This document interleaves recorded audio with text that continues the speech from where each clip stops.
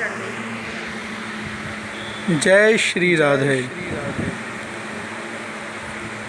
भक्तों, आज मैं आपको एक बरसाने की सत्य कथा के बारे में बताऊंगा। बरसाना में एक भक्त रहते थे, उनका नाम था ब्रजदास।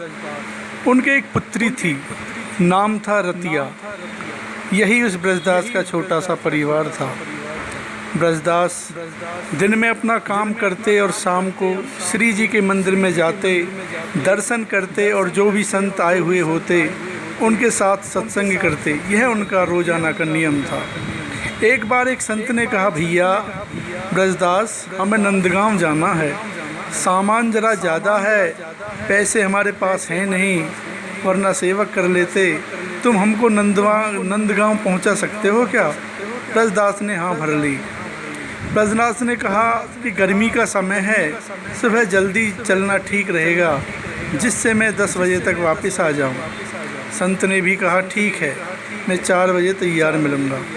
ब्रजदास ने अपनी बेटी से कहा, मुझे एक संत को नंदगांव पहुंचाना है, समय पर आ जाऊंगा, प्रतीक्षा मत करना। ब्रजदास सुबह 4 बजे राधे राधे करते नंगे पांव संत के पास गए। संत ने सामान ब्रजदास को दिया और ठाकुर जी की पेटी और बर्तन स्वयं ले लिए।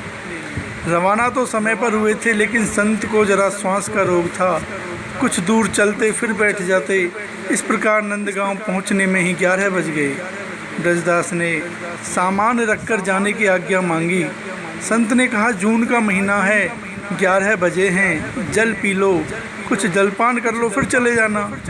ब्रजदास ने कहा कि बरसाने की वृषभानु नंदिनी नंदगांव में ब्याही हुई है, अतः मैं यहाँ जल नहीं पी सकता।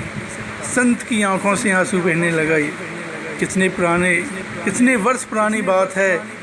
संत सोचने लगे, कितना गरीब आदमी है, पर दिल कितना ऊंचा है। ब्रजदास वापस राधे राधे करते रवाना हुए। ऊपर से सूरज की गर्मी, नीचे तपती रेत। भगवान को दया आ गई। वे भक्त ब्रजदास के पीछे पीछे चलने लगे। एक पेड़ की छाया में ब्रजदास रुके और वहीं मूर्छित होकर गिर पड़े। भगवान ने मूर्छा दूर करने के प्रयास किए, पर मूर्छा दूर नहीं हुई।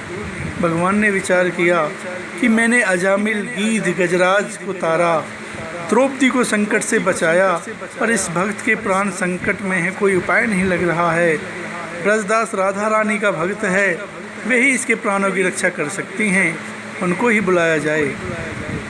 भगवान भरी दोपहरी में राधा रानी के पास महल में गए। राधा रानी ने इस गर्मी में आने का कारण पूछा। भगवान भी पूरे मस्खरे हैं।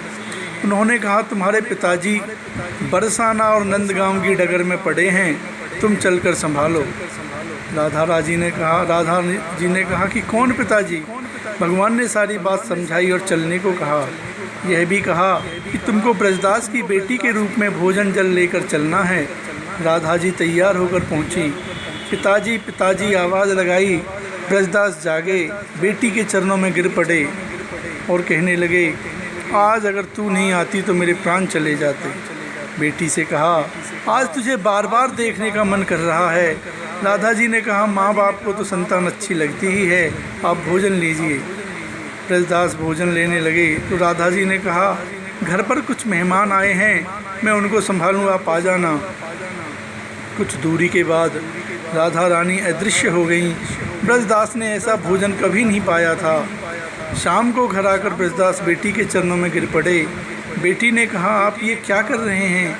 ब्रजदास ने कहा, आज तुमने जो भोजन जल लाकर मेरे प्राण बचा लिए। बेटी ने कहा, मैं तो कहीं नहीं गई।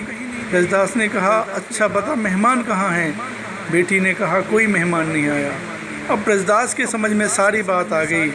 उसने बेटी से कहा कि आज तुम्हारे ही रूप में राधा रानी मेरे पास आई थी, मुझे राधा रानी ने साक्षात दर्शन दिए हैं। ब्रजदास भावुक हो गए और राधा रानी को याद करते करते आंसू बहाने लगे। तो इतनी करुणामयी हमारी राधा रानी है। बोलिए राधा रानी सरकार की जय। राधे राधे।